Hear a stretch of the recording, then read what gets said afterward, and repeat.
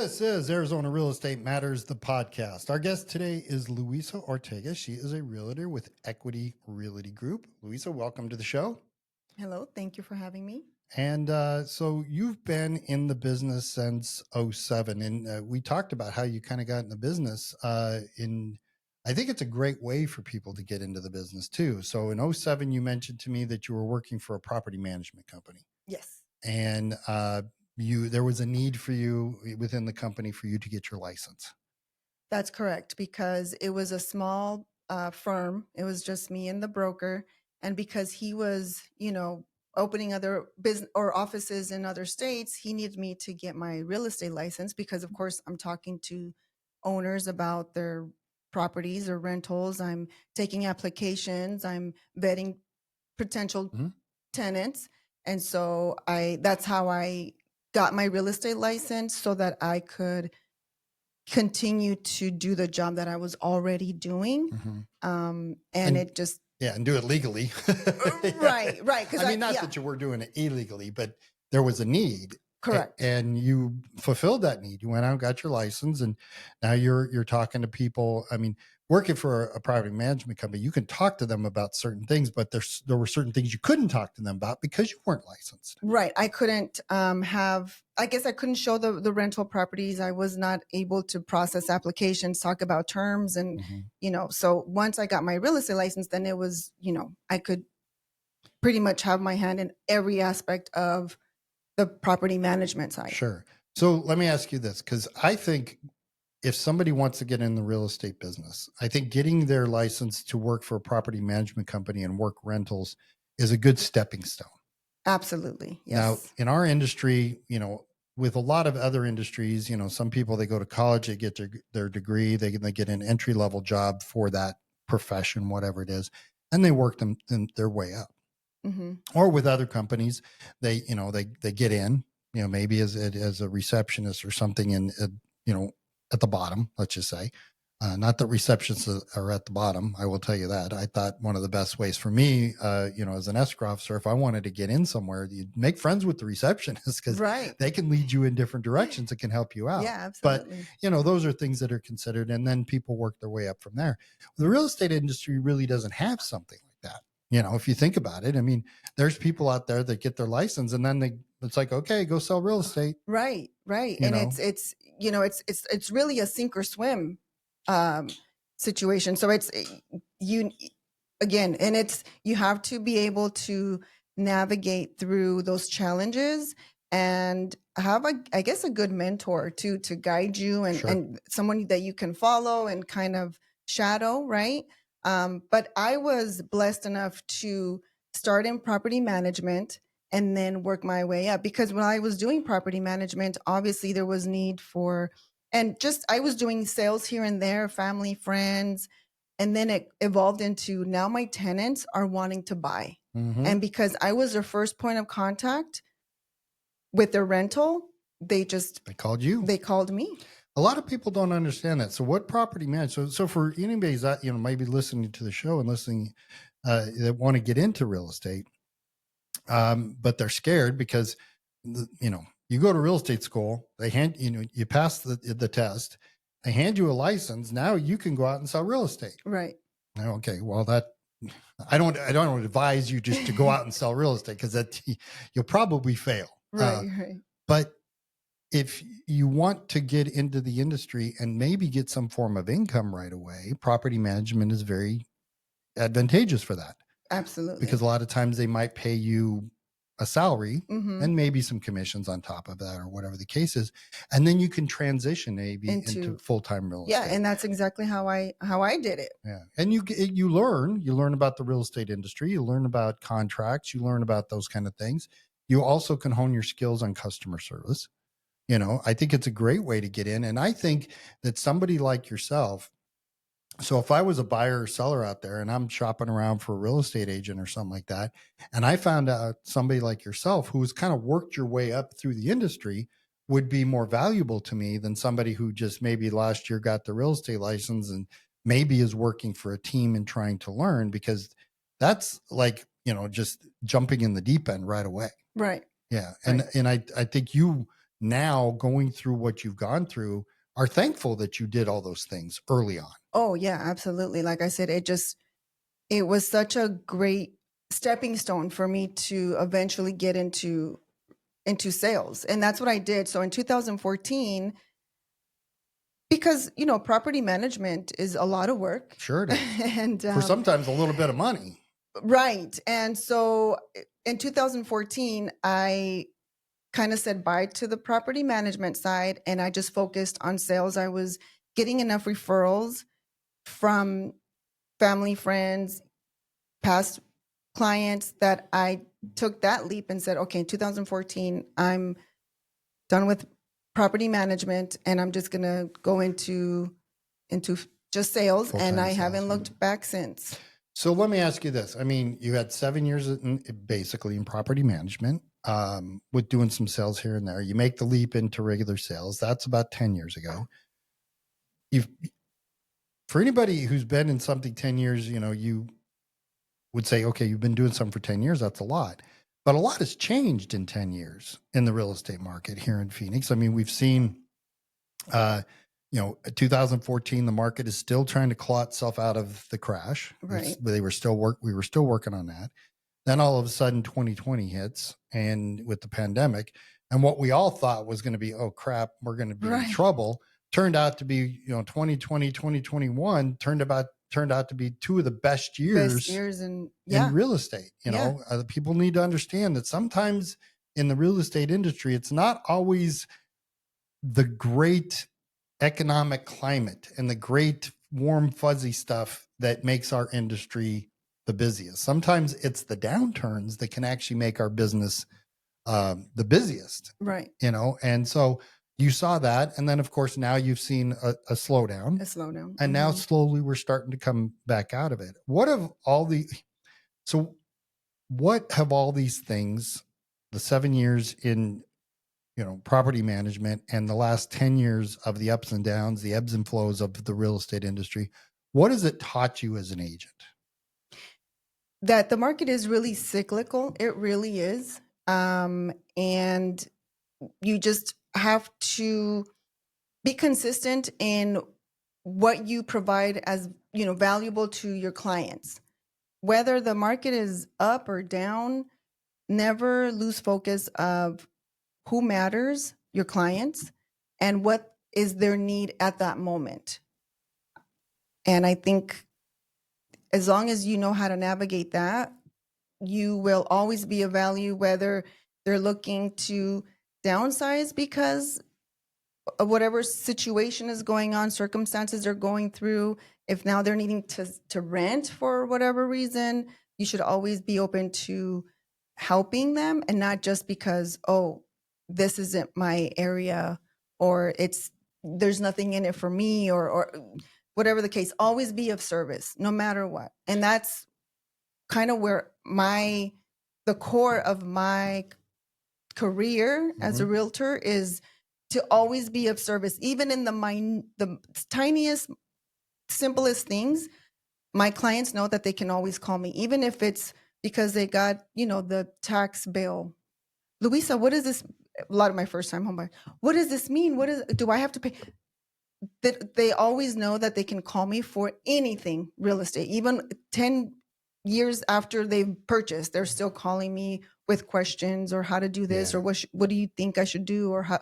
Yeah. So you're just not the realtor for that one time. You're the realtor for life. Yeah. You're their go-to for information. And if you don't have the information, I'm sure you're going to call somebody who is going to be able to let you know what it is, or maybe, hey, can you call my client and talk to them about this? One of the things that you said is that, no matter what the market was dictating, whether it be up, down, or whatever, it was, the thing you said was what fits their needs, right? Not what fits Luisa's needs. And that's one of the things that I've noticed in all my years of doing this, 42 years, is that you have agents out there that they're in it for the wrong reasons.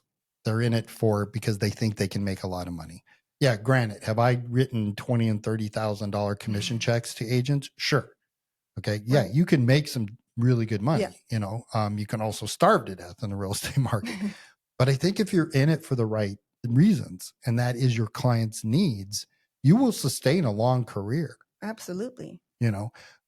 So what are you seeing right now from you represent buyers and sellers? Yes.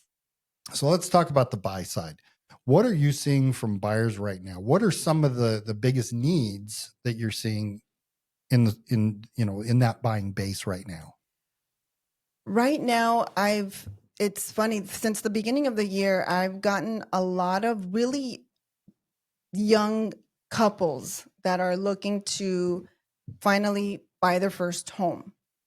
And in talking to them, because I've been talking to them for maybe a couple years, and they're kind of, they're on the fence and they're not sure and they're unsure. But I never want to come from a place of pressuring them to buy, and just because I buy, I always try to coach them through it. And I'm not a pushy person. I don't try to pressure them to buy because, but I educate them. But and then you don't sell real estate. That's the thing, is that people think you're a salesman because of I'm in the business of in real estate. So you're a salesman, or you sell real estate.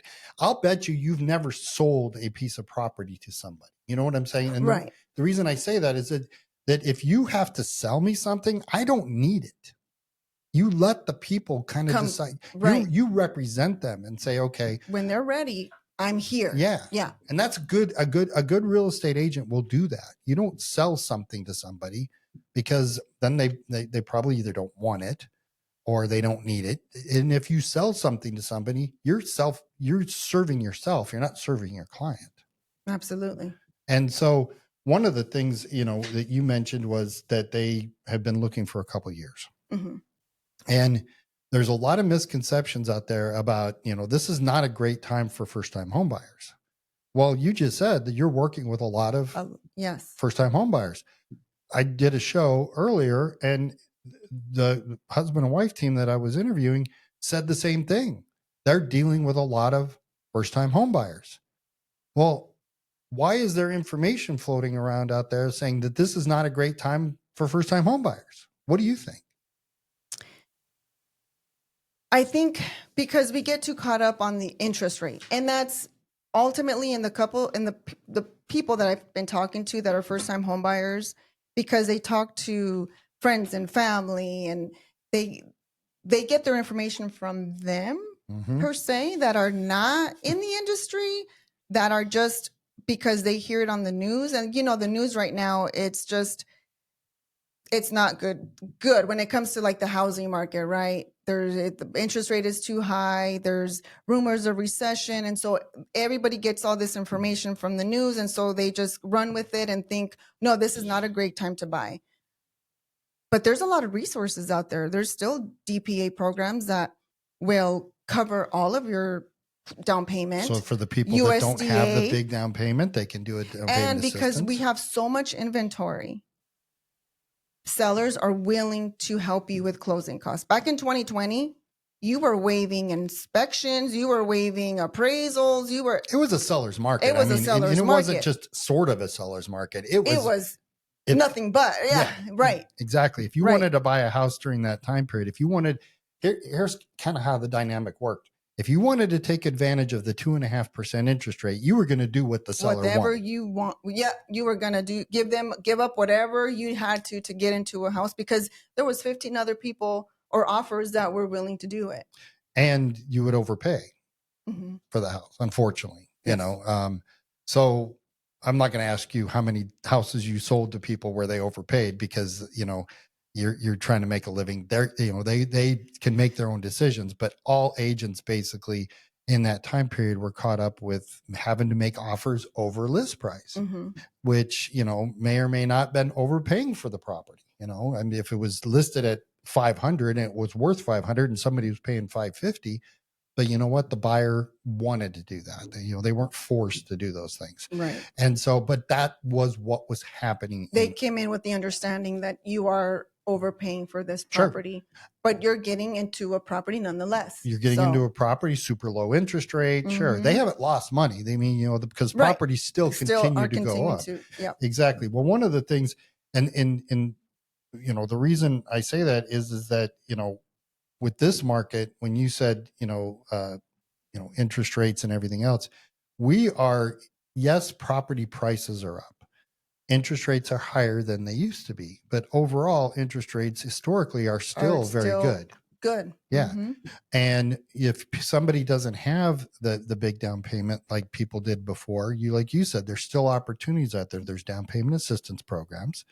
There are sellers that are giving concessions when they weren't giving the concessions when, in 2020 or whatever. Mm-hmm. And I mean, I just closed a transaction on Thursday or Friday where the seller was giving over $20,000 concessions to the buyer.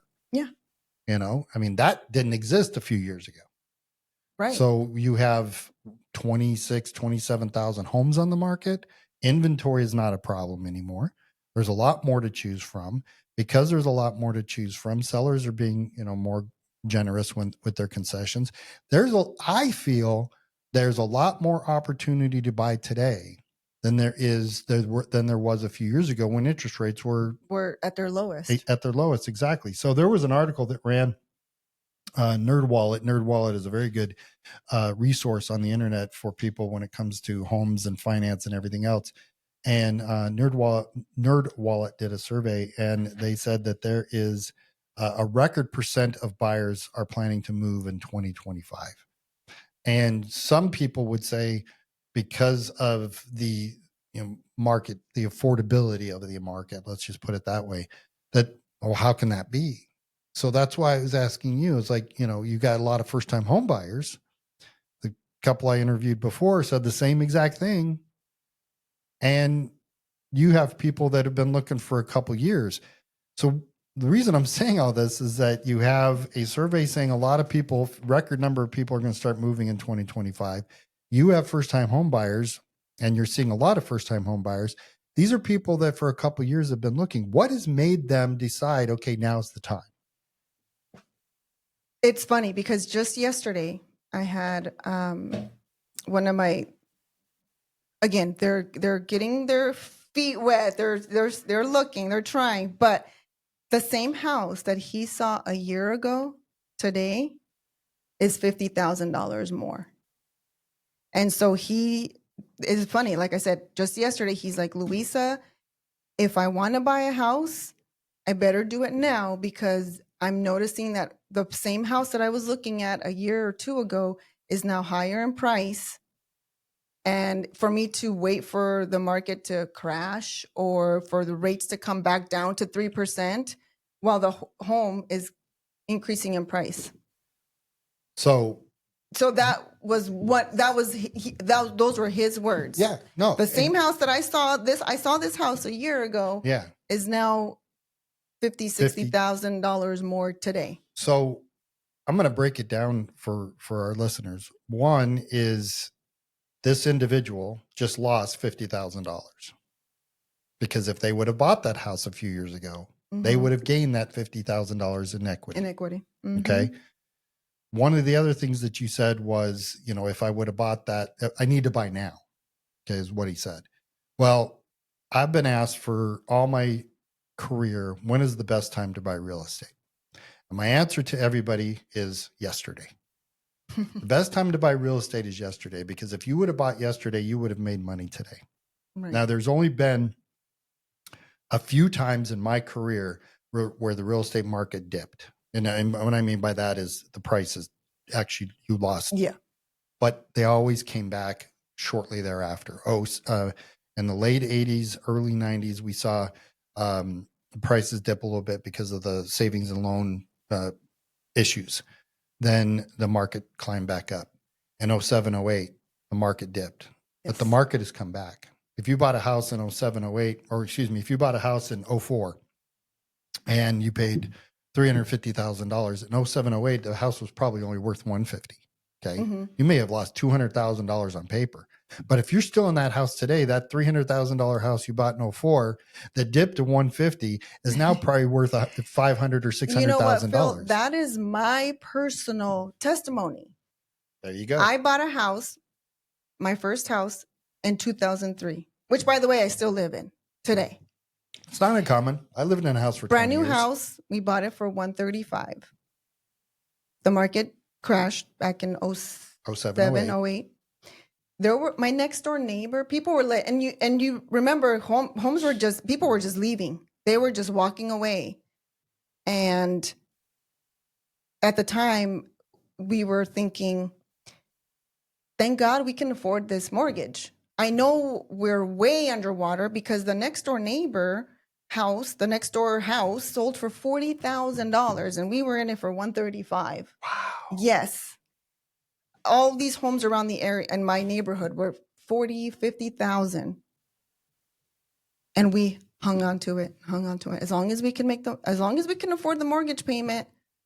And today,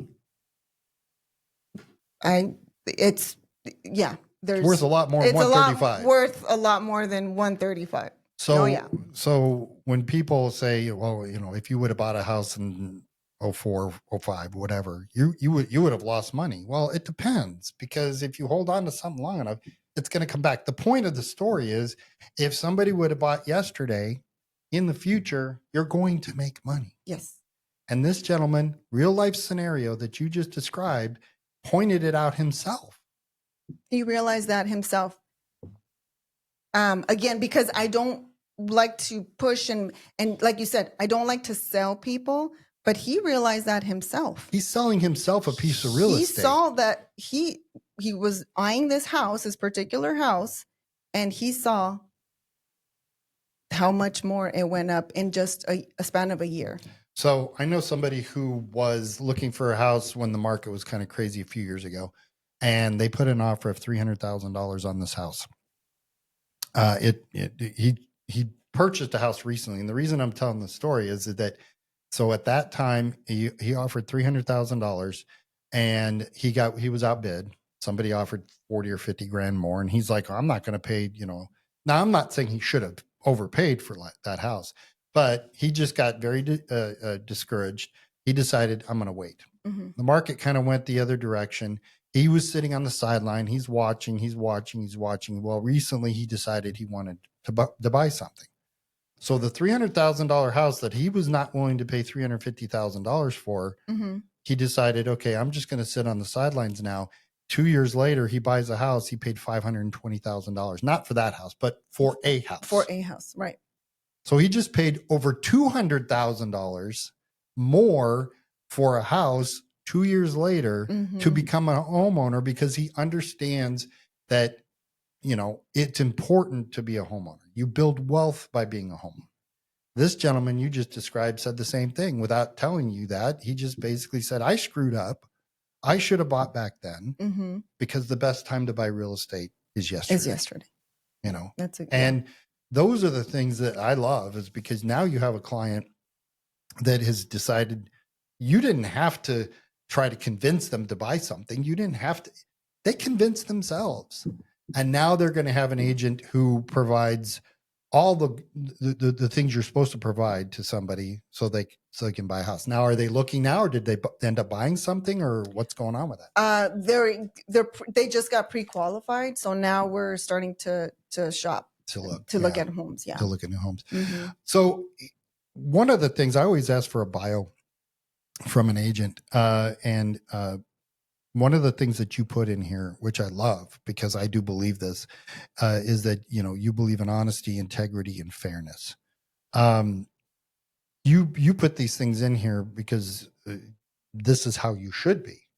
But I can tell you that there are agents out there, for whatever reason, are not very honest, don't provide a whole lot of integrity, and they don't work for the client. What I mean, and so that to me is the fairness part of it, because you're not, even though you're working for you to make money as for a living, but if you don't work for the client in the best interest of the client, you're not doing your client, a service. Right. You're doing them a disservice. So do you ever run across other agents, and I'm not, we don't want names or anything like that you just have to shake your head and say, why are they in this business? They're not doing what they should be doing for their clients. I have. Yeah. And sad. It's frustrating, even for me as being in the industry, doing what they do, to see the lack of communication, even with me. That's where a lot of it is. And that's where I do pride myself in, is that I communicate everything to my sellers or buyers, everything. There's never going to be a time where if they call me, I don't call them back within the next 10 minutes. I'm always on top of my text messages, my email, everything, because I need them to know that no matter what time or day, I am available to help. And that really is my motto, is I really am there to help. I never want my clients to feel like they're just a transaction to me. And then as soon as they close on a home, that I'll see, That's it. the relationship is over. Yeah. I never want them to feel that way. I try to always kind of send a quick text and how are you, and house anniversary, little message, or whatever the case may be. And like I said, and even years now, I'm sorry, even to now, from years ago that people have closed on a home, they're still calling me with questions, or hey, my friend wants to buy, or my cousin, or my mom, or whatever the case. So that to me is really a testament of that I provided a good, you represented them well. right, You provided a that good they're service. satisfied and referring the people that they love and trust Sure. to me. They trust you. Yeah. You know, there are so many agents today, and these are not bad things. I'm just kind of giving you examples. Is that one of the things that you mentioned here is a large portion of your clients are made up of repeat customers and referrals, where there's some agents out there where a large portion of their clientele is made up with, getting leads from lead sources and things like that. Not saying that, I'm sure that you would take business from anywhere you can, but when you have a large portion of your business being referrals and repeat customers, you're doing something right.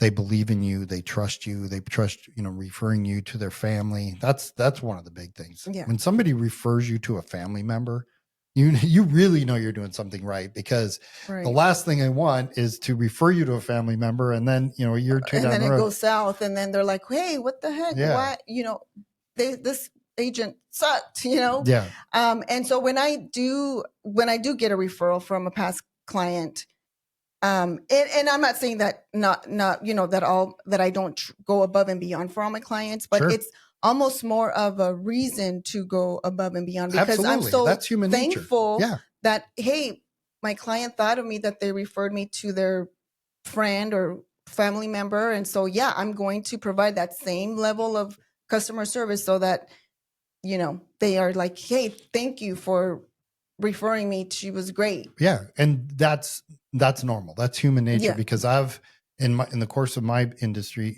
my business, in our industry, I've had, one company I work for, the president of the company referred some people to me. It's like, oh my God, I better do a good job. Right. It's like, you're not really doing anything more, but you're more cognizant of it. Yeah, That's exactly. the thing. It's Yeah, like exactly. you're probably Yes. doing the same thing that you would do for anybody. Right. But you're more cognizant of the fact that this was a referral from somebody very important to me, Mhm. past client, or, in my case, the president of the company or something like that.